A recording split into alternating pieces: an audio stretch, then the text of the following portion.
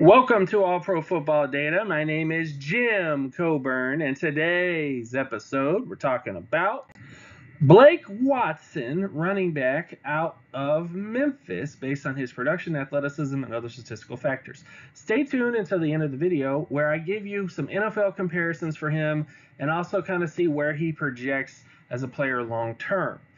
He's a very interesting prospect in this class, which you'll see towards the end because of his age, but also because of his athleticism traits.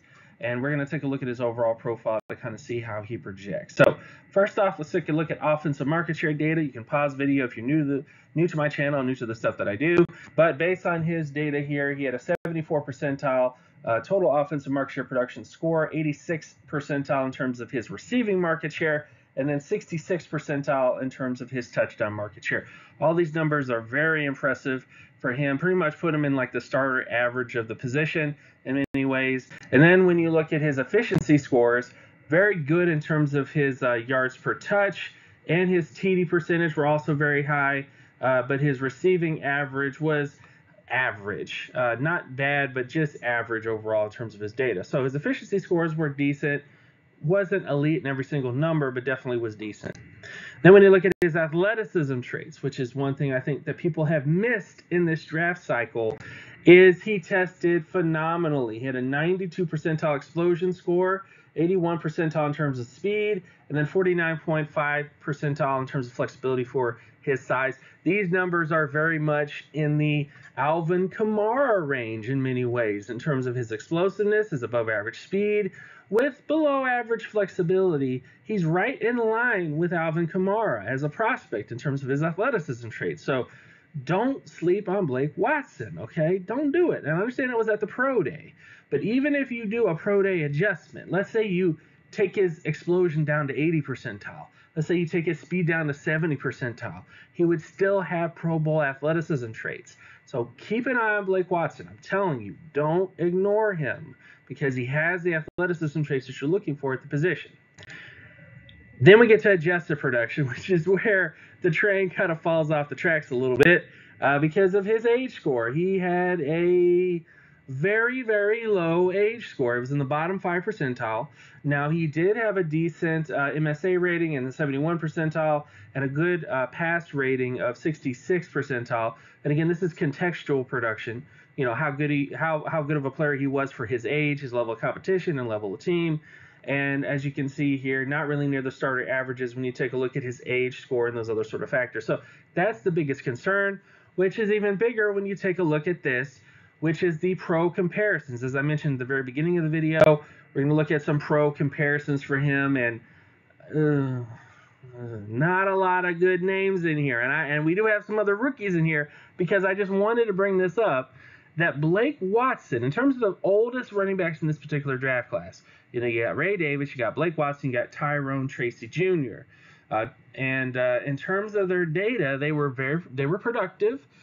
They all tested well as athletes. Probably the best testing one probably would be Tracy Jr. But look at how old they are. You know, bottom 5 percentile in terms of age. And there's not a lot of running backs that have really gone on to have really spectacular careers with a really high age score like that. I mean, the last one that was really good would probably be Antoine Smith. And then before that would be Billy Sims. Bobby Rainey, you could probably throw him in there as well. You know, he had some success here and there, but not a lot of success stories. And there was even elite athletes in here. You know, when you look at guys like KJ Harris, you look at, you know, Bobby Rainey to another, you know, extent, Rodney Thompson, or Thomas, excuse me. So yeah, age at the running back position is very important. And it's why that Ray Davis, Blake Watson, and Tyrone Tracy Jr., as much fanfare as they have, I don't see all three of them becoming long-term successful running backs. I really don't. Ray Davis, Watson, and Tracy could become contributors. There are some people who say, well, it's because of COVID and, you know, all those other sort of things and all the transfers, you know, because all these players for the most part transferred to other schools. Ray Davis formerly played at Vanderbilt. Blake Watson at one point played at Old Dominion. Tyrone Tracy Jr. Played at Iowa at one point. So again, it just makes you a little queasy when you see running backs that are this old. Now, going to his outlook, despite the age concerns, I still feel like he profiles as a backup to outlier starter long term. Again, he would be an outlier. His biggest concern is his age, but he's the odd man out in this class. Everybody's hyping up Tyrone Tracy Jr. Some people have Tyrone Tracy Jr. in their top 10, top 5 running backs in this draft class.